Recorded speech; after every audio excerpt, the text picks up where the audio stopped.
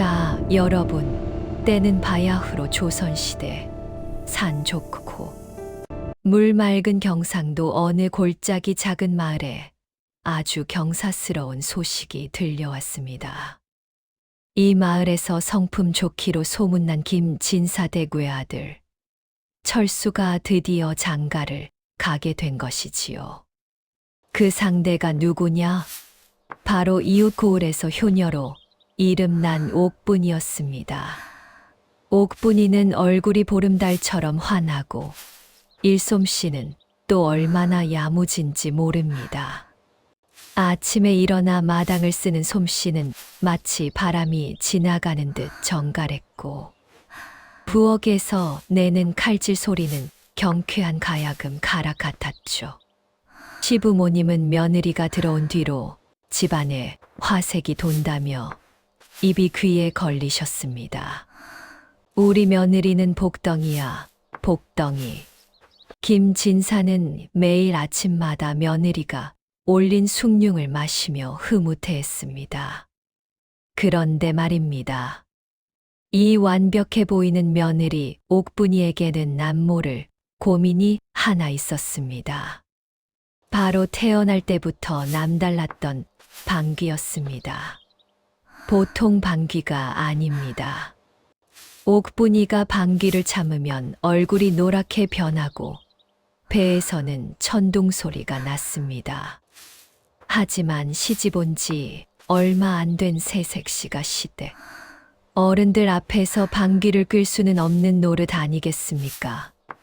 옥분이는 결심했습니다. 죽어도 참으리라. 이 집안의 기품을 위해 내 장을 꼬아서라도 참으리라.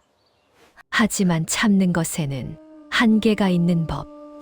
옥분이의 안색은 날이 갈수록 수척해지기 시작했습니다.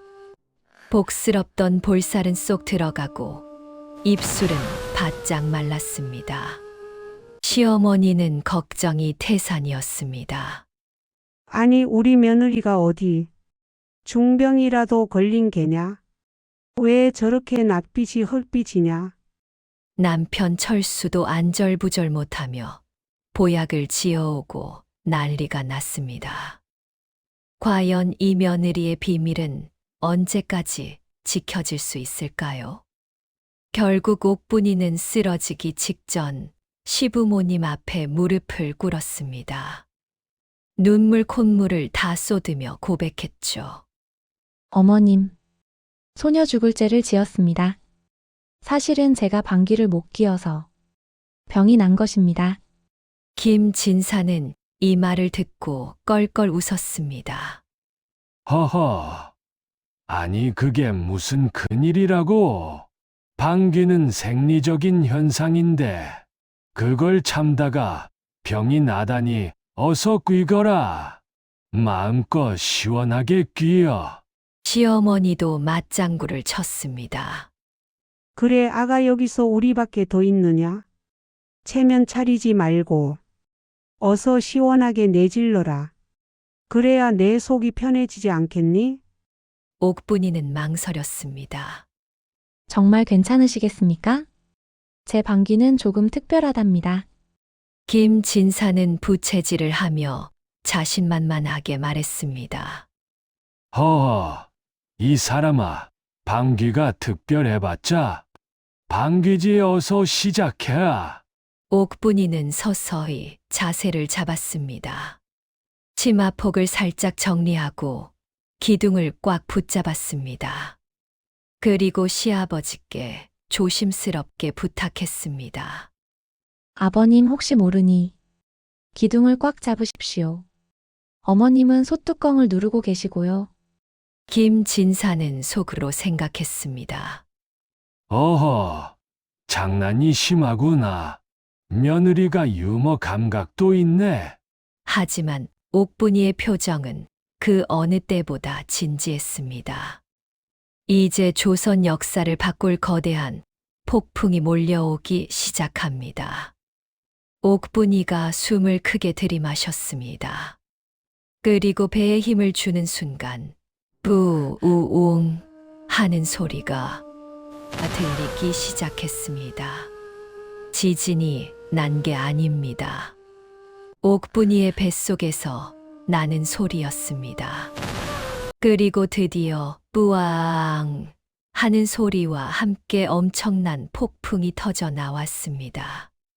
그 위력은 실로 대단했습니다. 김진사가 잡고 있던 기둥이 흔들리더니 김진사의 가시 하늘 위로 솟구쳐 올라갔습니다. 시어머니가 누르고 있던 솥뚜껑은 공중에서 3바퀴를 돌더니 마당 한복판에 떨어졌습니다. 마당에 잠자던 개는 깜짝 놀라 담장을 넘어 옆집으로 날아갔고 빨랫줄에 걸려 있던 옷가지들은 만국기처럼 하늘을 수놓았습니다.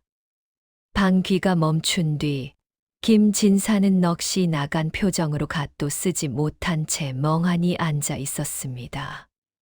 얼굴은 이미 연기에 그슬린 듯 거뭇해졌고 수염은 한쪽으로 쏠려 있었죠.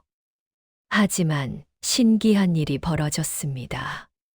그렇게 옥분이가 방귀를 한번 시원하게 뀌고 나니 거짓말처럼 낯빛이 다시 보름달처럼 환해진 것입니다. 옥분이는 수줍게 웃으며 말했습니다. 아유, 시원해라. 아버님 괜찮으세요? 김진사는 떨리는 목소리로 대답했습니다. 네, 내가 어디 갔느냐? 한 번으로 끝날 줄 알았는데 이게 웬걸요. 옥분이의 방귀는 주기적으로 찾아왔습니다. 며칠에 한 번씩 방귀를 낄 때마다 김진사 댁 지붕 기와가 내려앉고 담벼락이 무너졌습니다. 마을 사람들은 김진사 댁에 천둥 귀신이 산다며 수군거리기 시작했습니다. 처음엔 너그럽던 김진사도 이제는 한계에 부딪혔습니다. 지립 수리비가 쌓이며 가만히씩 나가는 상황을 더 이상 방치할 수 없었던 것이죠. 결국 김진사는 결단을 내렸습니다. 아가, 미안하다만 너의 그 재능은 우리 집이 감당하기엔 너무나 크구나. 잠시 친정에 가 있거라. 청천벽력 같은 소리였습니다. 남편 철수는 눈물을 흘리며 반대했지만 가문의 존속을 위해 시아버지의 명을 거역할 수는 없었습니다. 옥분이는 보찜을 쌌습니다. 소박 맞은 며느리라는 꼬리표를 달고 터벅터벅 고갯길을 올랐습니다. 가는 길에 김진사가 동행했습니다. 며느리를 그냥 보내는 것이 못내 미안했던 김진사는 마지막으로 며느리를 고갯마루까지 배웅해 주기로 한 것이죠. 길가에는 탐스러운 배가 주렁주렁 열린 배나무 숲이 있었습니다. 옥분이는 눈물을 훔치며 걷다가 시아버지의 수척해진 모습을 보고 마음이 아팠습니다. 아버님, 제가 가기 전에 저 배라도 좀 따드리고 싶습니다. 하지만 배나무는 너무나 높았습니다. 김진사는 한숨을 쉬며 말했습니다. 됐구나. 저 높은 곳에 있는 배를 어떻게 따겠느냐. 그냥 가자. 그때 저 멀리서 비단을 가득 실은 수레를 끌고 가던 비단 장수들이 나타났습니다. 그들은 배가 너무나 먹고 싶어 침을 삼키고 있었죠. 저 배 한 박스만 따주면 우리 비단을 다 주겠소. 장난 섞인 말투로 장수들이 외쳤습니다. 옥분이는 눈을 번쩍 떴습니다. 아버님께 마지막 선물로 비단을 해드리고 싶다. 옥분이는 비단 장수들에게 물었습니다. 정말입니까? 저 배를 다 떨어뜨리면 비단을 다 주시겠습니까? 비단 장수들은 코웃음을 쳤습니다. 서 안악내가 저 높은 나무를 흔들어서 배를 따겠다고? 좋소.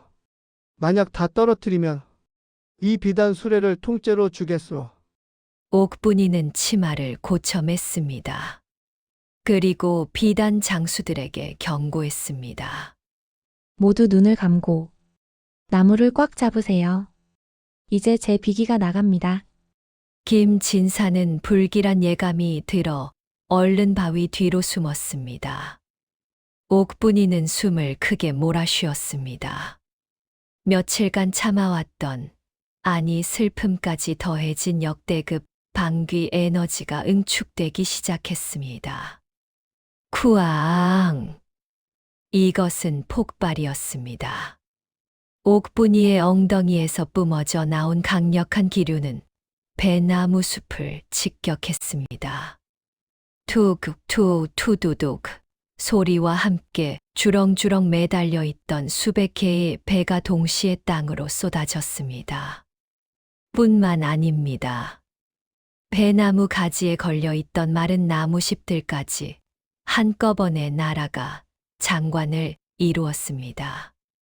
비단 장수들은 그 위력에 밀려 수레와 함께 대굴대굴 굴렀습니다. 정신을 차리고 보니 땅에는 노란 배가 가득 쌓여 있었고 나무는 헐벗은 상태였습니다. 비단 장수들은 입을 벌린 채 옥분이를 쳐다보았습니다. 이게 사람의 소행이란 말이오? 혹시 산신령님이십니까? 옥분이는 쑥스러운 듯 옷매무새를 다듬었습니다. 비단 장수들은 약속을 지키는 선비들이었습니다. 너무 무서워서 비단을 내놓지 않을 수 없었습니다. 약속은 약속이니 이 비단을 다 가져가시오. 대신 제발 방귀 한 번만 더 끼지 말아주시오. 그렇게 옥분이는 순식간에 수만 양 가치의 최고급 비단을 얻게 되었습니다. 바위 뒤에서 이 광경을 지켜보던 김진사의 눈이 휘둥그레졌습니다. 김진사는 멍하니 쌓여있는 비단 더미를 보았습니다. 그리고 무릎을 탁 쳤습니다. 아니, 내가 무엇을 본 것이냐? 저 비단이면 우리 집 기와를 금으로 바꿔도 남겠구나. 김진사는 며느리 옥분이에게 달려갔습니다. 옥분이는 고개를 숙이고 말했습니다. 아버님, 이 비단으로 그동안 제가 무너뜨린 담벼락 값을 하십시오. 저는 이제 가겠습니다. 김진사는 옥분이의 소매자락을 꽉 붙잡았습니다. 아니다. 아가, 내가 어리석었다. 너의 방귀는 집을 무너뜨리는 재앙이 아니라 하늘이 내린 복덩이였어. 이 귀한 비단을 가져왔는데 내가 어찌 너를 보낸단 말이냐? 김진사는 진심으로 사과했습니다. 며느리의 겉모습과 작은 단점만 보고 그녀가 가진 진정한 가치를 몰라봤던 자신을 꾸짖었습니다. 옥분이는 시아버지의 진심, 어린 눈물의 마음이 녹았습니다. 아버님, 정말 다시 가도 됩니까? 저 방귀 또 나올 텐데요. 김진사는 호탕하게 웃었습니다. 걱정 마라. 이제 우리 집 마당에 방귀 전용 정자를 하나 지어주마. 거기서 마음껏 귀거라. 내 방귀 한 방에 비단이 쏟아지는데 기와 몇 장이 문제겠느냐? 마을로 돌아온 옥분이와 김진사는 비단을 팔아 마을의 가난한 사람들에게 곡식을 나누어 주었습니다. 옥분이의 방귀 이야기는 전설처럼 퍼져나갔고, 이제 마을 사람들은 옥분이를 무서워하는 것이 아니라 존경하기 시작했습니다. 특히 농사철이 되면 마을 사람들이 옥분이에게 찾아와 부탁을 하곤 했습니다. 옥분댁, 우리 밭에 해충이 너무 많은데 한 번만 시원하게 끼워주면 안 되겠소? 그러면 옥분이는 정중하게 거절하다가도 이웃의 어려움을 외면하지 못하고 밭둑에 서서 가볍게 뽕 하고 방귀를 뀌었습니다. 신기하게도 그 독한 방귀 냄새의 해충들은 기절해서 사라졌고 그의 농사는 대풍년이 들었습니다. 옥분이는 자신의 단점이라고 생각했던 방귀가 누군가에게 도움이 될 수 있다는 사실에 큰 행복을 느꼈습니다. 남편 철수도 아내를 더욱 사랑하게 되었습니다. 부인 당신의 방귀는 세상에서 가장 아름다운 음악이오. 철수의 낯간지러운 고백에 옥분이는 얼굴을 붉혔습니다. 집안은 웃음이 끊이지 않았고 옥분이의 방귀는 이제 집안의 활력소가 되었습니다. 시간이 흘러 옥분이는 예쁜 아들을 낳았습니다. 그런데 이 아기가 태어나자마자 첫 울음 대신 무엇을 했는지 아십니까? 네, 예상하신 대로입니다. 뿌웅, 우렁찬 소리와 함께 기저귀가 날아갔습니다. 김진사는 그 소리를 듣고 만세를 불렀습니다. 장하도다. 우리 가문의 대를 이을 방귀 천재가 태어났구나. 이제 옥분이네 가족에게 방귀는 숨겨야 할 치부가 아니었습니다. 서로의 다름을 인정하고 그 안에서 웃음을 찾아내는 지혜를 갖게 된 것이죠. 어느 추운 겨울날 온 가족이 화로에 둘러앉아 고구마를 구워 먹고 있었습니다. 고구마를 먹으면 방귀가 더 잘 나오는 법. 옥분이가 신호를 보내자 시아버지와 시어머니는 약속이라도 한 듯 귀마개를 챙겼었습니다. 옥분이가 웃으며 말했습니다. 아버님, 이번엔 약하게 낄게요. 그리고 뿡 하는 소소한 소리와 함께 화로의 불꽃이 예쁘게 일렁였습니다. 그 따뜻한 불빛 아래서 가족들은 서로를 바라보며 크게 웃었습니다. 남들의 시선보다 중요한 것은 우리 가족이 서로를 얼마나 아끼고 이해하느냐라는 것을 옥분이네는 방귀를 통해 깨달은 것입니다. 자, 여러분, 방귀쟁이 며느리 이야기는 여기서 끝이 아닙니다. 옥분이는 그 후로도 오랫동안 행복하게 살았고 그녀의 방귀는 나라의 보물로 여겨져 나중에는 임금님 귀에까지 들어갔다는 야사가 전해집니다. 가뭄이 들면 옥분이가 기우제를 지내며 방귀로 구름을 불러 모았다는 기상천외한 이야기까지 말이죠. 오늘의 이야기가 우리에게 주는 교훈은 명확합니다. 사람마다 누구나 남들에게 말 못할 약점이나 단점이 하나씩은 있기 마련입니다. 하지만 그것을 어떻게 바라보고 어떻게 활용하느냐에 따라 그 단점은 나를 죽이는 독이 될 수도 세상을 살리는 복이 될 수도 있다는 것입니다. 옥분이의 방귀가 비단 수레를 불러왔듯이 말입니다. 여러분도 혹시 스스로가 부족하다고 느껴지시나요? 그렇다면 옥분이의 시원한 방귀 소리를 떠올려 보십시오. 뿌앙 하고 모든 고민을 날려버리고 여러분만이 가진 특별한 방귀를 세상에 당당히 뀌어보시는 건 어떨까요? 해학과 재치가 넘쳤던 조선의 옥분이처럼 말입니다. 긴 이야기 함께 해주셔서 감사합니다.